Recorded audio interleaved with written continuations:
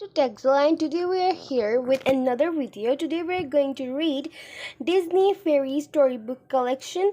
This book is a fairy collection book, and as you can see, let's see what is at the back of this book. Discover the wonderful world of Pixie Hollow in the magical storybook collection. There are 6 fantastic stories to be enjoyed again and again, fluttering the world of fairy fun, friendship, and adventure.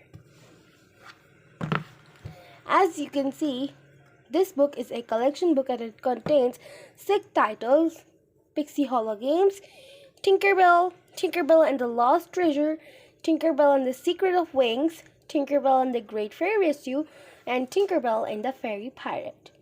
So today we're going to read Tinkerbell. So let's read this. As you can see, this is Tinkerbell. So let's start. On winter's day in London, a baby laughed for the very first time. The laugh floated up and away to meet its destiny. It would become a fairy just like all the other laughs. It flew straight for the second star to the right and passed through it in a burst of light. On the other side was Neverland. The laugh floated toward a magical place in the heart of Ireland. This was Pixie Hollow, home of fairies. Widya, the fastest flying fairy of them all, guided the arrival into Pixie Dust Tree. There a dust keeper named Terence sprinkled it with pixie dust, and it took the shape of a tiny, adorable fairy. Clarine, queen of the fairies, helped the newcomer unfurl her 2 gossamer wings. The new fairy flapped her wings and realized that she could fly too.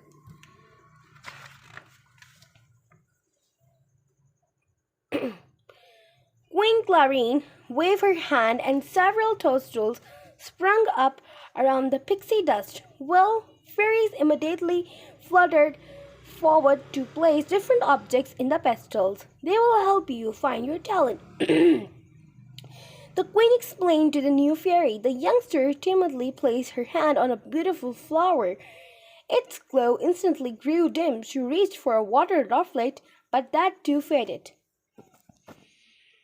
The fairy moved on without touching anything else. She was afraid to fail again, but then something amazing happened. As she passed by a hammer, it began to shine. Then it rose up off its pedestals and flew straight for her. I have never seen one glow that much before in Silver Mist.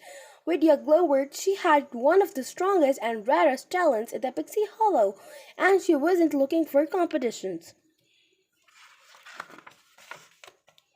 Tinker Fairies, called the Queen, welcomed the newest member of your talent guide, Tinkerbell. 2 Tinker Fairies, Clank and Bobble, whisked her off for a flying tour of Pixie Hollow. When the trio landed at Tinker's Nook, Tink nooked around the saw and saw fairies living and fashioning all kinds of amazing useful objects. Next, Clank and Bobble took Tinkerbell to her own little house, which had a wardrobe filled with clothes. Tinkerbell put her on new clothes and tied her hair up. Then she reported to the workshop. Soon Fairy Mary, their no-nonsense fairy who ran Tinker's Nook, arrived. She noticed that the new fairy's dainty hands. "Don't worry, dear, we would build up those tinker muscles in no time," she exclaimed. A little while later, Tink, Clank, and Bobble were on the way to make deliveries. The friends heard a sound behind them, sprinting toadstools. "Ah!" screamed Clank. The weeds nearby had come to life and were heading straight for them. The wagon lurched down the path and landed in the flower bed in Springtime Square. Rosetta, Silver Mist, Erisida, and Fawn rushed over to help their friends. The Tinkers were unhurt and soon all ready to go to bag their deliveries. They took some rainbow tubes to Erisida. She explained that she would roll up the rainbows, put them in the tubes, and take them to mainland. "What is the mainland?" Tink asked. Tink means Tinkerbell. It's where we are going to do for spring, to change the seasons, replied Silver Mist. Next, the tinker stopped at the flower meadow where Vidya was vacuuming the pollen out of the flower with her wrinkled. Hi, what's your talent? Tink asked.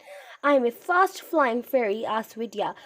She made it clear that she didn't think much of Tinker Fairies. When I go to mainland, I will prove just how important we are, Tink replied. Tink flew off grumbling to herself. Soon, however, something down on the beach caught her attention. When she landed, she discovered several wonderful treasures buried in the sand. Lost things, said Clank when Tink brought her finds to Tinker's new workshop. They washed up on the Neverland from time to time, explained Bobble. Fairy Mary whisked the Tinker away. The Queen's review of the sponge-time preparations was that night, and there was a lot of to do. Tink decided this was her chance to prove to Vidya just how important Tinker's talent really was. That evening, Minister of Spring welcomed Queen Clarine to the review ceremony.